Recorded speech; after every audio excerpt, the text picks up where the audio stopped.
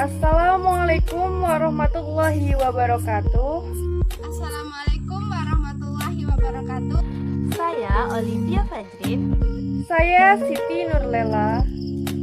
Saya Sesi Dartika Dewi.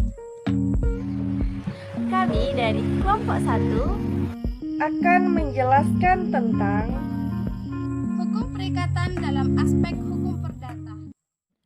hukum perikatan dalam aspek hukum perdata.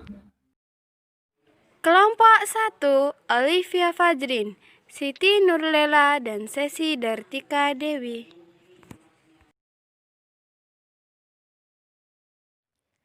Pengertian perikatan. Perikatan dalam aspek hukum perdata adalah suatu perhubungan hukum antara dua orang atau dua pihak berdasarkan mana pihak yang berkewajiban untuk memenuhi tuntutan itu. Perikatan yang lahir dari perjanjian memang dikehendaki oleh dua orang atau dua pihak yang membuat suatu perjanjian. Nah, sedangkan perikatan yang lahir dari undang-undang diadakan oleh undang-undang di luar kemauan para pihak yang bersangkutan. Apabila dua orang mengadakan suatu perjanjian, maka mereka bermaksud supaya antara mereka berlaku suatu perikatan hukum. Nah, sumber-sumber perikatan berdasarkan pasal 1233 KUHP Perdata yaitu ada dua.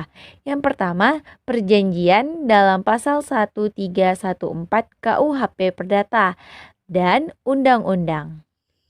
Asas-asas umum dalam hukum perikatan. Yang pertama, asas kebebasan berkontrak. Asas ini dapat disimpulkan dari pasal 1338 ayat 1 KUH Perdata yang berbunyi, semua perjanjian yang dibuat secara sah berlaku sebagai undang-undang bagi mereka yang membuatnya.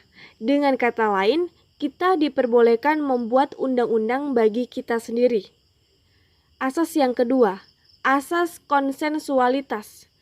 Asas ini ialah perjanjian itu lahir atau terjadi berlaku sejak saat tercapainya kata sepakat di antara para pihak tanpa perlu adanya formalitas tertentu.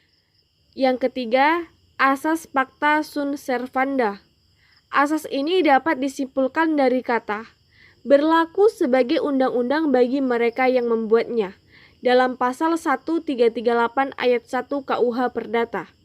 Para pihak harus mematuhi dan menghormati perjanjian yang dibuatnya karena perjanjian tersebut merupakan undang-undang bagi kedua belah pihak. Asas yang keempat, asas exceptio non adimpleti contractus.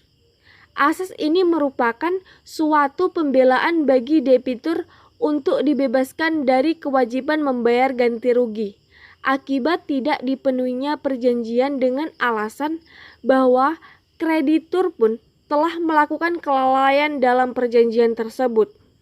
Asas ini berlaku di dalam suatu perjanjian timbal balik. Asas-asas umum dalam hukum perikatan. 5. Asas personalitas atau asas kepribadian, yang berarti bahwa pada umumnya tidak seorang pun dapat membuat perjanjian kecuali untuk dirinya sendiri, karena suatu perjanjian hanya mengikat bagi pihak-pihak yang membuat perjanjian itu. 6. Asas keadaan memaksa, bahwa dengan asas ini debitur dibebaskan dari kewajiban untuk membayar ganti rugi akibat tidak terlaksananya perjanjian karena suatu sebab yang memaksa. 7. Asas itikat baik. Asas ini ada dua, yaitu subjektif dan objektif. Diatur di dalam pasal 1338 ayat 3 KUH Perdata bahwa perjanjian harus dilaksanakan dengan itikat baik. Asas itikat baik subjektif adalah kejujuran pada diri seseorang atau niat baik. Itikat baik objektif merupakan pelaksanaan perjanjian itu harus berjalan di atas rel yang benar, harus mengindahkan norma-norma kepatuhan dan kesusilaan. Sekian, terima kasih. terima kasih. Sekian, terima kasih. Assalamualaikum warahmatullahi wabarakatuh. Wassalamualaikum warahmatullahi wabarakatuh. Assalamualaikum warahmatullahi wabarakatuh.